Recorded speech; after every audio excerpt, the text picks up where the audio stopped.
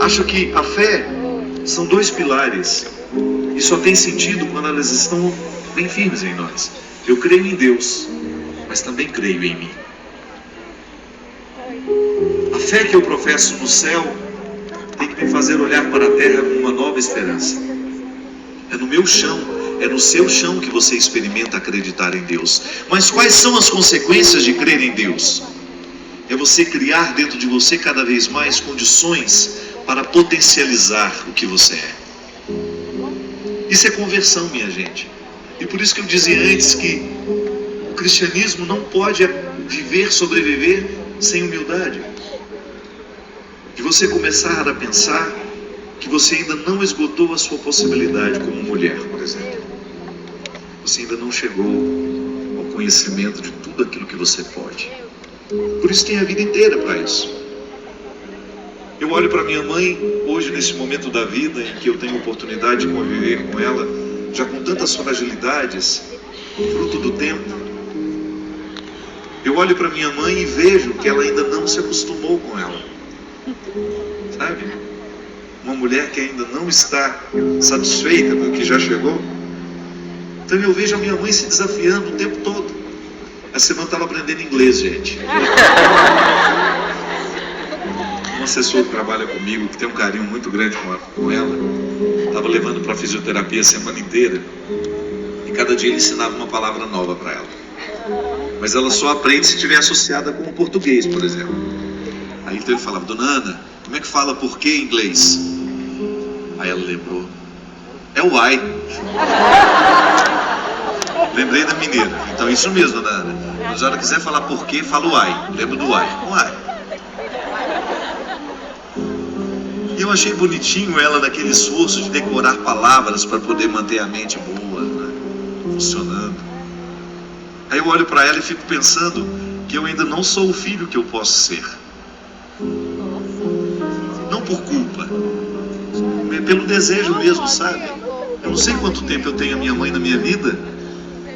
Eu não quero me privar da oportunidade de extrair do meu coração o filho que ela ainda pode ter. E quanto mais eu extrair esse filho que ela pode ser aqui, com meu esforço e acolhendo a graça de Deus na minha vida, maior será a minha satisfação quando nós estivermos separados. De você saber que você não se economizou na sua capacidade de ser filho. É isso que faz, minha gente, depois a gente ter uma saudade boa. Saudade com remorso é muito doída, mas saudade boa, aquela de que você fez o que deveria fazer. Já parou para pensar nisso? Que você ainda não é o filho que você pode ser? Que você está em processo de subir para alcançar isso? Isso é fé.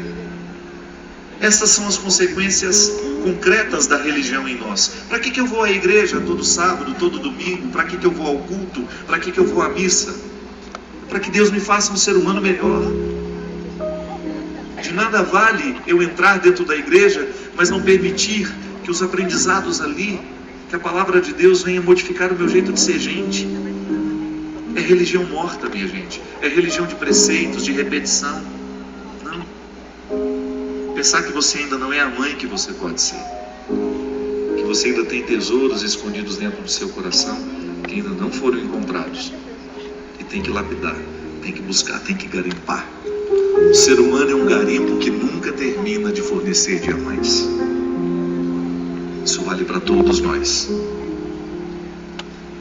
Do mais talentoso ao menos beneficiado. Vale para todos nós. Porque às vezes aquele que está menos beneficiado é porque ele ainda não teve coragem de se buscar. Ele não teve coragem de se investigar. E os bons amigos, as boas convivências, as boas influências, são essas que não permitem que a gente se acostume com aquilo que a gente alcançou de nós. É como um músico, né? De nunca estar satisfeito com aquilo que vocês já aprenderam. Não termina nunca esse aprendizado em nós. É voando alto que a gente chega. Essa é a diferença da galinha para a águia, né? Já viu como vivem as galinhas? Já prestou atenção? Em casa eu tenho algumas galinhas, são uma belezinha.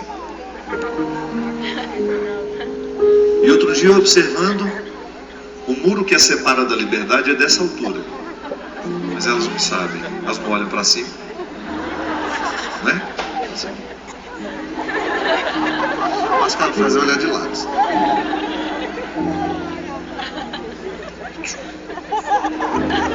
Cisca, bica, não olha para cima não, então não vou. A águia não. A águia tem sempre os olhos voltados para onde? Ela procura o lugar mais alto e de lá observa ainda mais as alturas. Às vezes eu encontro algumas pessoas que se parecem muito com as galinhas. Fica ciscando as misérias o tempo todo. Fica tão magoada com ela. Na hora que você encontra, tá magoada por alguma coisa. Tô chateado demais. Ou então aquela que tá... Tem umas pessoas que fazem o espírito de vítima constante, né? Tá sempre decepcionada com a vida. Tá sempre chateada, muito problema. E ela não quer que resolva os problemas dela. E se ela perder os problemas que ela tem, ela perde o sentido da vida. Tem gente que gosta de ser desgraçada. Que a partir da desgraça pessoal que ela chama a atenção dos outros, que ela quer ser amada, que ela quer atenção, né? É aquela velha, e aí, como você vai? Ela faz que... Não, tô bem.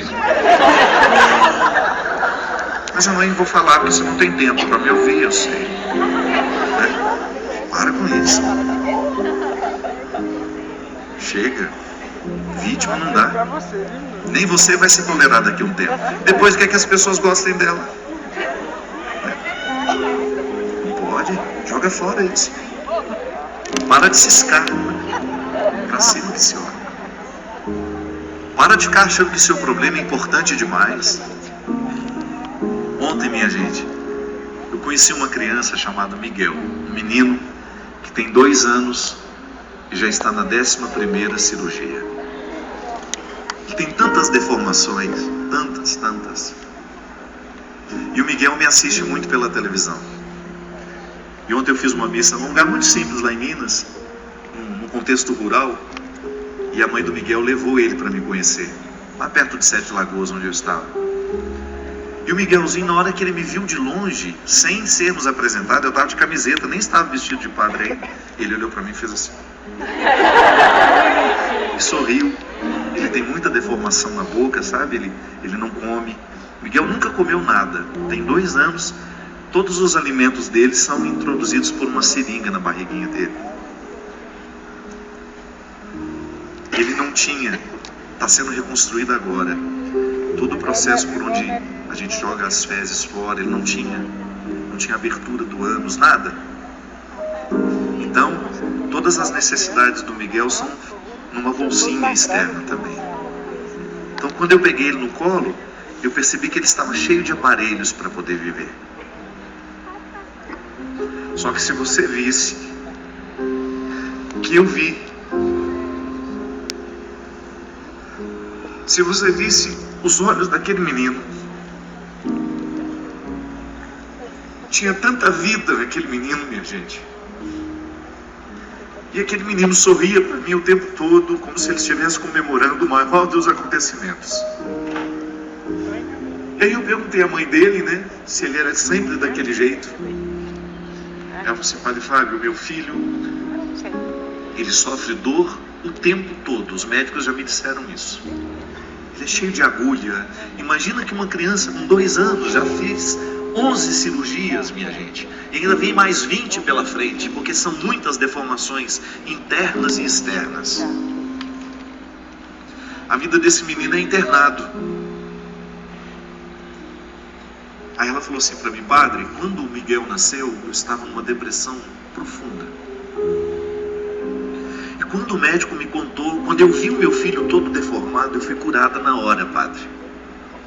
Porque eu tomei uma decisão naquele momento. Nenhuma tristeza nesse mundo tem sentido agora. Eu sou perfeita, eu não tenho nada, eu tenho uma filha linda, eu tenho um marido que me ama.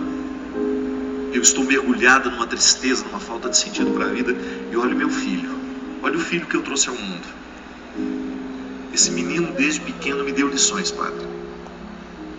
E dizem que aquele sorriso pelos olhos, se você visse os olhos do Miguel, Se você visse o que eu vi, você entendeu o motivo de eu estar tão comovido agora ao lhe contar a história dele. Aquele menino é um mistério para mim. Não que eu esteja instrumentalizando o sofrimento dele para fazer uma pregação, não é isso não. Aliás, eu até tentei administrar isso quando eu estava diante dele. Eu não quero instrumentalizar esse menino para eu me achar isso, aquilo, não. Eu não tenho o direito de fazer isso com ele. Eu quero vê-lo só, assim, e sentir a humanidade dele. Eu não quero instrumentalizar o sofrimento do Miguel, ou dizer que ele veio ao mundo assim, para que a gente fosse melhor, porque eu não acredito que Deus faria isso. Deus não é um sádico. Infelizmente, sei lá, nós somos assim. Nós produzimos filhos imperfeitos. E muitas vezes esses imperfeitos, não são eles que são imperfeitos, são nossos olhos. Quando olhamos para eles e achamos que aquela deformação pode ser causa de infelicidade para ele. Aquele menino mexeu o meu coração ontem, e eu posso dizer que Deus me visitou através dele. Eu vou pensar 2, 3 vezes antes de me aborrecer com as coisas. Eu vou pensar 2, 3 vezes antes de reclamar.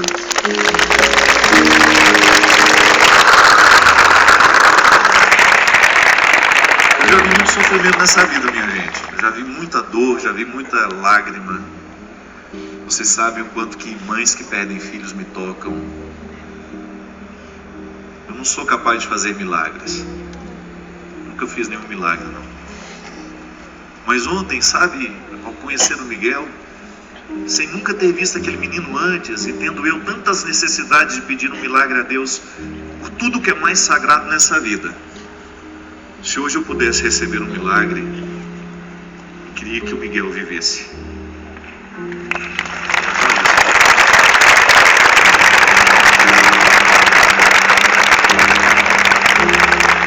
Ontem, hoje, em alguns momentos, eu parava e pensava: o que será que ele está sofrendo agora?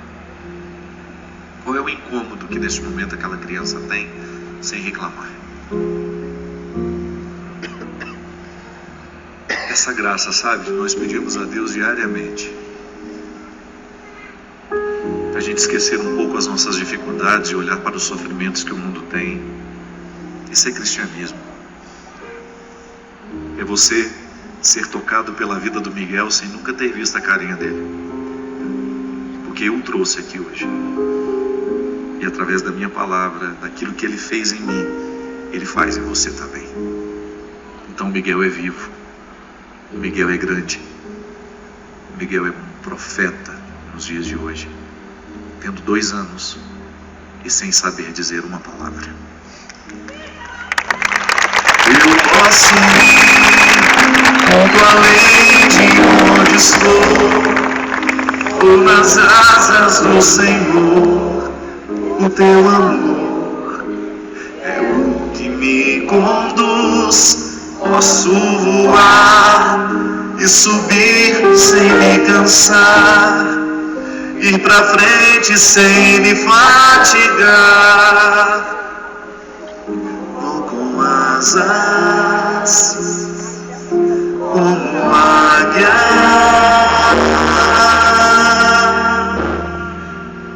pois confio no Senhor.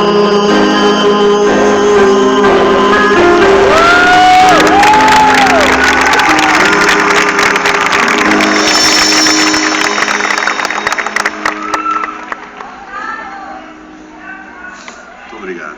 Obrigado. Vamos dançar um pouquinho agora, vamos?